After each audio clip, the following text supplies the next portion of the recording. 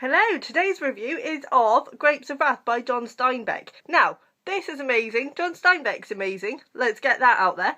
Along with East of Eden, this now makes John Steinbeck the only person who has 2 books in my top books. Not to say he's my favourite author, but he's getting there because everything I read from him is fantastic. Basically, I didn't really know what this was going into it. The reason I picked this up is that the little blurb on the back starts with a quote from Steinbeck, and it says, "I've done my damnedest to rip a reader's nerves to rags. I don't want him satisfied." Who couldn't pick that up? Who doesn't want their nerves ripped to rags? That is certainly what I look for in a book. I didn't realise that it's actually about a sort of immigration crisis where everybody in America is sort of losing their land to the banks, and there's a really nice bit in the beginning of this where it describes the bank as a monster and the fact that the monster is now encroaching on the people and taking everything from them, and it's just a fantastic little description. But yes, so the land isn't giving them the crops that they need. They're therefore having to sell their land to the banks or get loans. The banks are then taking the land. So they're pretty screwed.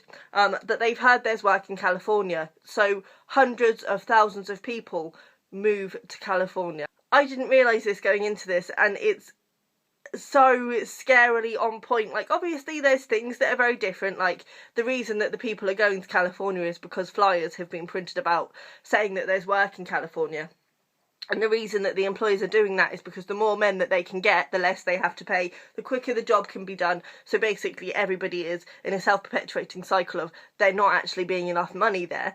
But in terms of the immigration situation, it's so on point for what's happening at the moment. And this was written in the 1930s, and it's scary how history just repeats itself. I think everybody should read this for its relevance today at the moment, and I think it would probably teach a lot of people to be a lot more human about things.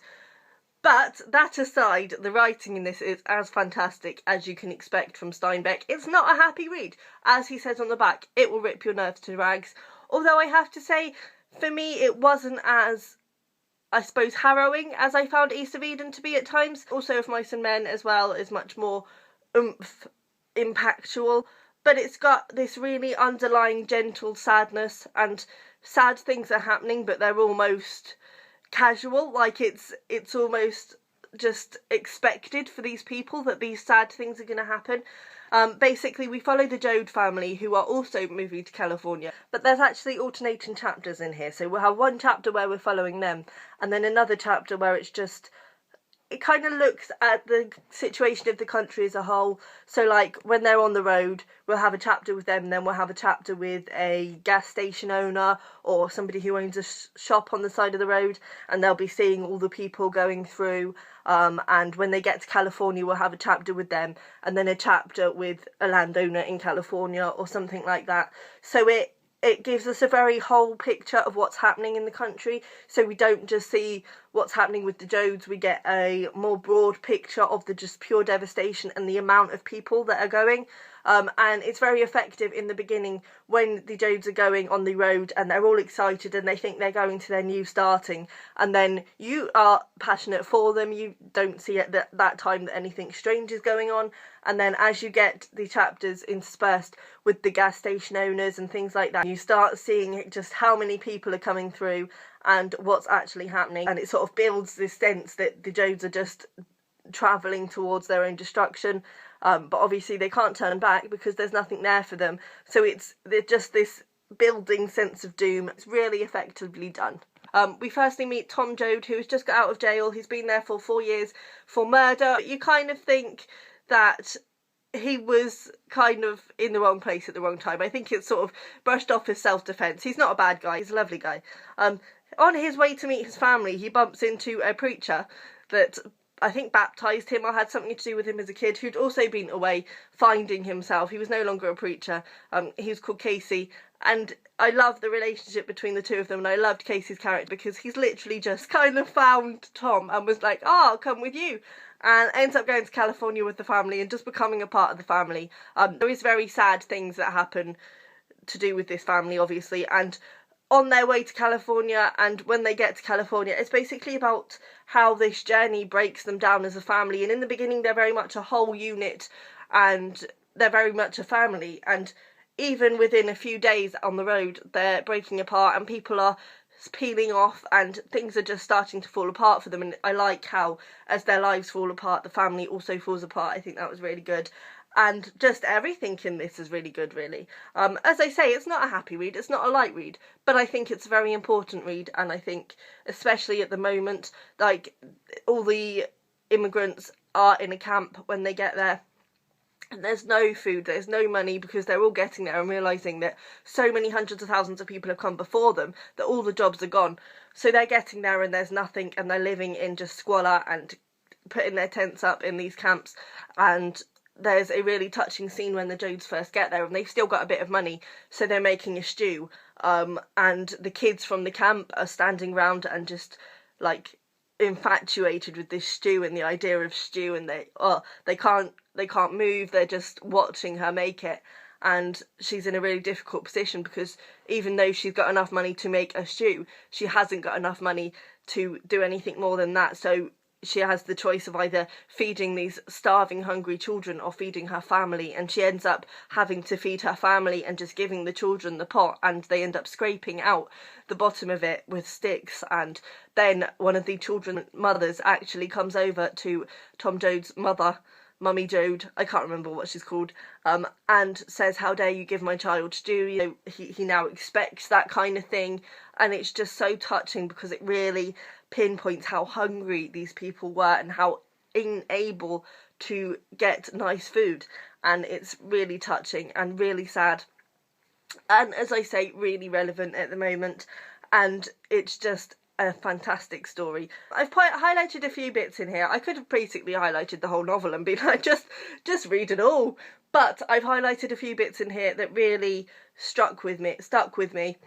One bit I've highlighted, not because of the writing necessarily, but because I think it highlights how relevant the novel is at the moment for me. It says, "In the West, there was panic when the migrants multiplied on the highways. Men of property were terrified for their property. Men who had never been hungry saw the eyes of the hungry. Men who had never wanted anything very much saw the flare of want in the eyes of the migrants. And the men of the towns and of the soft suburban country gathered to defend themselves, and they reassured themselves that they were good and the invaders bad, as a man must do before he fights. They said, 'These goddamned Okies are dirty and ignorant. They're degenerate, sexual maniacs. These goddamned Okies are thieves. They'll steal anything. They've got no sense of property rights.'" So it's also important to mention that the people in California do not want these people coming to them, and they call them the Okies, and they sort of put bad connotations on them because the people that are already in California are scared for their land and their jobs and their food, and they think that these Okies are going to come and take all of that, which is, again, very, very relevant at the time.